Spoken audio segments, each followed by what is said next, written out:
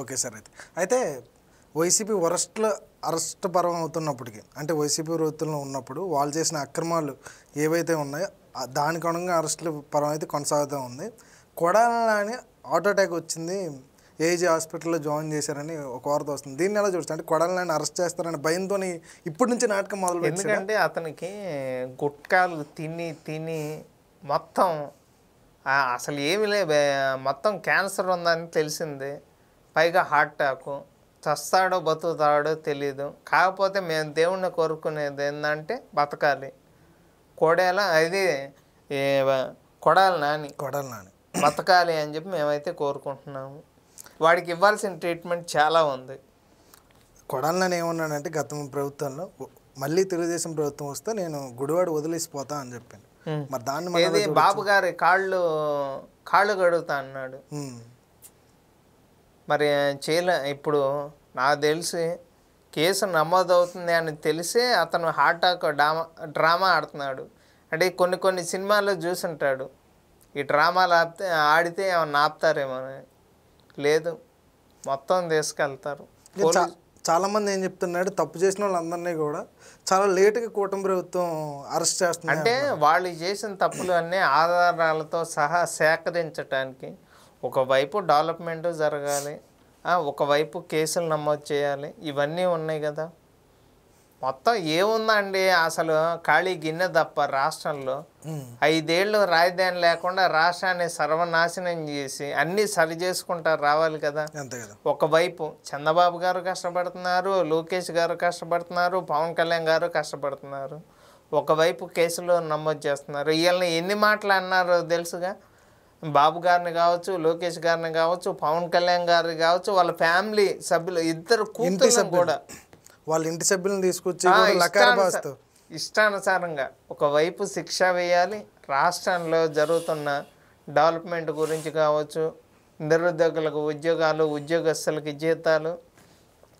రీసెంట్గా government employee irrigation డిపార్ట్మెంట్లో కిరణ్ మా జీపీఎఫ్ డబ్బులు రావట్లేదు, ఏపీజీఎల్ఐసి రావట్లేదు, సిపిఎస్ గురించి కానీ బాబు గారితో ఒక్కసారి మాట్లాడు కిరణ్ అంటే రీసెంట్గా 6,200 కోట్లు వచ్చినాయి కిరణ్, అయిపోయినాయి, డబ్బులు పడ్డాయి అకౌంట్లో, హ్యాపీ అన్నాడు. ఇంకేమన్నా రావాలా అంటే ఇంకొన్ని పెండింగ్ ఉన్నాయంట. అవన్నీ వాట్సాప్ పెట్టండి, అడుగుతాం. కొద్దిగా టైం ఇవ్వండి. ఉద్యోగస్తులు ఎప్పుడైనా కానీ బాబు గారు వస్తే నోరు వచ్చింది ఉద్యోగస్తులకి. అంటే ఎక్కడ నా జీపీఎఫ్ ఎక్కడ, ఏపీజీఎల్ఐసి ఎక్కడ, సిపిఎస్ ఎక్కడ, మా డిఎల్ ఎక్కడ, మాకు జీతాలు ఎట్లా, మాకు తమ్నేల్ వద్దు అంటే. ఎందుకంటే ఉద్యోగాలకి వచ్చేటప్పుడు తమ్ సిస్టమ్ పెట్టారు బాబు గారు. మాకు అయ్యొద్దు, నేను 10ంటికి రాను, నేను 2ంటికి వస్తాను, 4ంటికి ఇంటికి వెళ్ళిపోతాను. బాబు గారు ఉంటేనే. జగన్ ఉన్నప్పుడు ఉద్యోగస్తుల్ని ఆడుకున్నాడండి. బార్ షాపుల దగ్గర, పాఠశాలలో, బాత్రూముల దగ్గర చూసాం, అన్నీ చూసాం. అసలు ధర్నాకి విజయవాడ వచ్చినప్పుడు ఎన్ని సినిమా యాక్టర్లు కూడా అన్ని వేషాలు వేయాల, అలాగొచ్చారు. ఇప్పుడు కూటమికి ఎన్ని సీట్లు రావడానికి మెయిన్ కారణం ఉద్యోగస్తులే. చంద్రబాబు గారు నిన్న కలెక్టర్ల సమావేశం పెడుతూ కూడా కలెక్టర్లకు ఒకటే చెప్పారు, ప్రభుత్వం అనేది ప్రజలకు చాలా దగ్గరగా వెళ్ళాలి, సంక్షేమ పథకాలు అన్నీ కూడా ఏదో మనం ఇస్తున్నట్టు కాదు, ప్రజల సొమ్ముని ప్రజలకే ఖర్చు పెడుతున్నాం అన్నట్టుగా కలెక్టర్ సమావేశంలో ఆయన తెలియజేశారు. మీరు అధికార దర్పంతో ఇష్టరాజ్యంగా నడవడం కాదు, మీరు నేను సమానంగా నడిస్తేనే ఈ ప్రభుత్వానికి అందం, ప్రజలకి అండ అన్నట్టుగా చెప్పారు. మరి ముందు ఏం చేశారంటే ఐపీఎస్ అధికారులు, ఐఏఎస్ అధికారులు అమ్ముడు పోయి, ఇప్పుడు శ్రీలక్ష్మి ఉంది ఐఏఎస్ అధికారి, ఎంతమంది ఐపీఎస్ అధికారులు, పల్లె జాషువా కావచ్చు, అలాగే సిఐడి అధికారులు కావచ్చు, విజయవాడలో కావచ్చు, వాళ్ళు చేసిన తప్పులకే ఇలాగ మాట్లాడారు ఈరోజు ఐఏఎస్ అధికారుల గురించి. వైసీపీలో ఆ పార్టీ నాయకులు ఎవరు అరెస్ట్ పర్వం ఉందన్నా కూడా ఆ అరెస్టులో వెనక కూడా ప్రతి ఒక్క ఐఏఎస్ అధికారి ఉన్నాడన్నది కూడా వినిపిస్తుంది.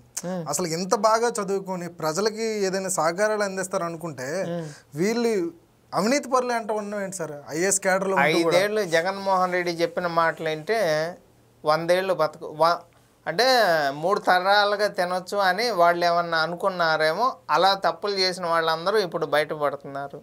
ఇలాంటి పప్పులు బాబు గారి దగ్గర ఉడకవు కదా. మీరు ఏదంటే ప్రజలకు అందుబాటులో ఉండాలి. అంటే చంద్రబాబు గారు కూడా ఆర్డర్స్ ఇచ్చిన పనులు కూడా కలెక్టర్ల దగ్గరికి వస్తాడు ఆగిపోతున్నాయి. అంటే సీఎం హోదాలో ఆయన చెప్పినా కూడా ముందుకు సాగట్లేదు అనే వార్త కూడా బాగుంది. ఎందుకంటే ఇంకా వైఎస్ఆర్ కాంగ్రెస్ పార్టీ అధికారంలో ఉంది అనుకుంటున్న ఐఏఎస్లు కానీ ఐపీఎస్లు కానీ గవర్నమెంట్ ఉద్యోగస్తులు కానీ ఇంకా చాలామంది ఉన్నారు. అందుకని ఇలాంటి మాటలు మాట్లాడుతున్నారు. అదే పోలీస్ అధికారుల్లో కూడా గతంలో బోరగడ్డ అనిల్ అష్టపర్వంలో కూడా కాంట్రవర్సీ వచ్చింది. పోలీస్ అధికారులు బోరగడ్డ అనిల్కి సకల సదుపాయాలు కలిగిస్తారు, బిర్యానీలు పెట్టారు. అసలు ఆ మామూలుగా అల్లుడిని చూసుకున్నట్టు అల్లుడి కన్నా ఎక్కువ చూసుకున్నారు. అన్నీ కూడా వీడియోస్ రూపంలో అన్నీ గుంటూరు ఆండాలపేట పోలీస్ స్టేషన్లో ఒక కెమెరా పెట్టి ఈయన మా బంధువు అది ఇది టీలు తీసరా అని చెప్పి అన్నీ కూడా బయటకు వచ్చినాయి. కొంతమంది సస్పెండ్ అయ్యారు. మరి ఇప్పుడు ఇదే కూటమి ప్రభుత్వంలో ఏ పార్టీలో ప్రతి పార్టీ 3 బీజేపీ, తెలుగుదేశం, జనసేన ఆ కార్యకర్తల్లో మాత్రం ఏదో అసంతృప్తి ఉందనేది వార్త వినిపిస్తుంది. దీన్ని ఎలా చూడాలి మరి కార్యకర్తల్ని? ఎందుకంటే ప్రతిపక్షంలో ఉన్నప్పుడు కార్యకర్త అండగా ఉంది. అవును, కానీ అలాంటి కార్యకర్తల్ని కాపాడుకోలేని పరిస్థితిలో టీడీపీ ఉంది కాబట్టి అలా మాటలు మాట్లాడుతున్నారు. గతంలో జగన్మోహన్ రెడ్డి కూడా కార్యకర్తల్ని కాపాడుకోకుండా పట్టించకపోవడం వల్ల అధికారం దూరమైందని ఒక మాట ఉంది. ఎవరు కార్యకర్తల్ని? జగను వైఎస్ఆర్సీపీ కార్యకర్తలు పట్టించుకోకపోవడం వల్లే అధికారం పోయింది. ఆ కార్యకర్తల్ని అడ్డు పెట్టుకునే రాష్ట్రాన్ని సర్వనాశనం చేశాడు. ఎంతమంది వాలంటీర్ జాబ్లు ఇచ్చాడు చెప్పండి. ఆయన చేసిన దరిద్ర పనుల వల్ల దూరం అయింది. ఆయన ఎన్ని మాటలు మాట్లాడుకున్నా అవన్నీ మాకు అనవసరం. మాకు కావాల్సింది ఏంది? కూటమికి టీడీపీ కార్యకర్త కావాలి. టీడీపీ ఎమ్మెల్యేలు నిజంగా పనులు చేస్తున్నారా చేయట్లేదా అనేది కావాలా. మళ్ళీ అధికారంలోకి టీడీపీ రావాలి అని చెప్పి ఇది మా కోరిక. జగన్ ఏమనుకుంటున్నాడు అనేది మాకు అనవసరం, అంతే. నారా లోకేష్ గారు కూడా ఒక ప్రముఖ సంస్థతో ఎంయూ ఏర్పరచుకుంటున్నప్పుడు గత ప్రభుత్వంలో ఇదే నారా లోకేష్, నారా చంద్రబాబు నాయుడు గారి కుటుంబం మీద లకార భాషతో పోస్టులు పెట్టిన ఒక వ్యక్తి ఈరోజు నారా లోకేష్ గారు ఎంఈఓ సంతకం పెడుతుంటే పక్కనే ఉన్నాడు. దాన్ని ఎలా చూడొచ్చు మరి? ఎవరు పేరు చెప్పండి. రవీంద్ర రెడ్డి అని ఆయన మరి ఎలా చూడొచ్చు మరి? దాని మీద ఏదో ఇంకా డైరెక్ట్గా సోషల్ మీడియాలో మాట్లాడినట్టున్నారుగా లోకేష్ గారు. అవును, తర్వాత అతన్ని సస్పెండ్ కూడా చేశారంట. అంటే ఇది నారా లోకేష్ గారు తప్పైతే కాకపోవచ్చు అని నేను అనుకుంటున్నాను. మరి చుట్టూ ఉన్న వాళ్ళు తెలిసి కూడా ఎందుకు వాళ్ళ దగ్గరికి అలా తీసుకెళ్తున్నారని? అక్కడ ఇంటెలిజెన్స్ వాళ్ళు ఉంటారు కండి, అక్కడ కార్యకర్తలు ఉంటారు కదా. అవును, ఆ కార్యకర్తలు లేకపోవడం జరిగిన తప్పది. కార్యకర్త ఏంటంటే టీడీపీ పార్టీని కంటికి రెప్పలా కాపాడుకుంటారు. ఇప్పుడు ఆ కంటి రెప్పని టీడీపీ పార్టీ మర్చిపోయిందని చెప్తాను నేను. ఎందుకు అలా చెప్తారు? ఎందుకలా అంటే మర్చిపోయింది కాబట్టి. ఇప్పుడు ఎవరు సోషల్ మీడియాలో ఫేస్బుక్లో కావచ్చు ఇలాంటి కార్యకర్త గుర్తించాడు కాబట్టే లోకేష్ గారి దాకా వెళ్ళింది. అక్కడ ఉన్న ఇంటెలిజెన్స్ వాళ్ళకి పట్టించుకోలేదు. ఎందుకంటే కార్యకర్తలు అనేవాళ్ళు 24 గంటలు ఒక జవాన్ లాగా పనిచేస్తున్నారు అన్న విషయం లోకేష్ గారికి ఇప్పుడు కాదు, ఫస్టే తెలుసు.